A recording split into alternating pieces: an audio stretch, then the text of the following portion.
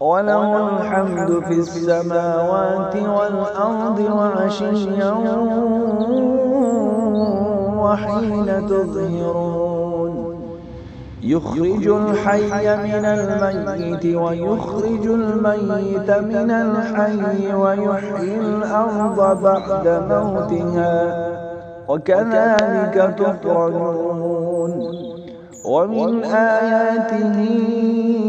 أن خلقكم من تراب ثم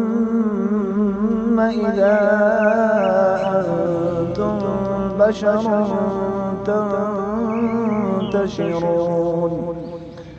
ومن آياته أن خلق لكم من أنفسكم أزواجا